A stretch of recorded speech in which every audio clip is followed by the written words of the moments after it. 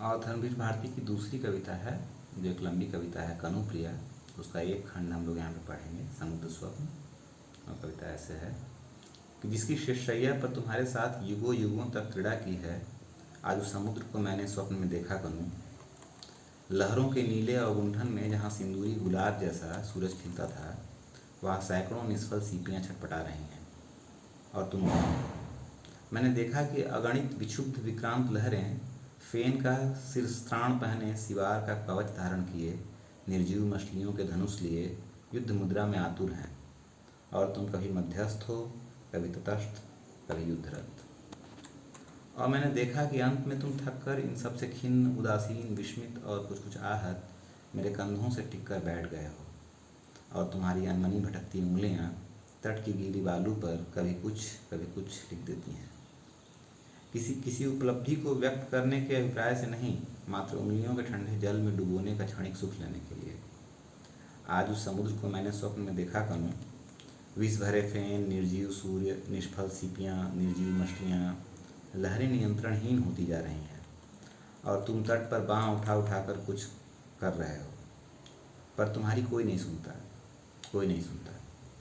और अंत में तुम हार कर, थक कर लौट कर मेरे वक्ष के गहराव में अपना चौड़ा माथा रख कर गहरी नींद में सो गए हो। और मेरे वक्ष का गहराव समुद्र में बहता हुआ बड़ा सा ताज़ा, कुंवारा, मुलायम, गुलाबी वटपत्र बन गया है, जिस पर तुम छोटे से छौने की भांति लहरों के पालने में महाप्रलय के बाद सो रहे हो।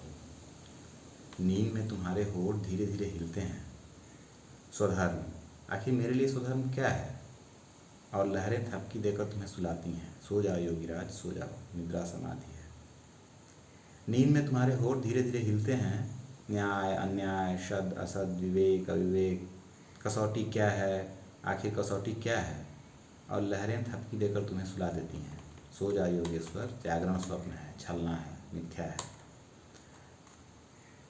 तुम्हारे माथे पर पसीना झलक आया है और होठ कांप रहे हैं, और तुम चौंक कर जाग जाते हो और तुम्हें कोई भी कसौटी नहीं मिलती।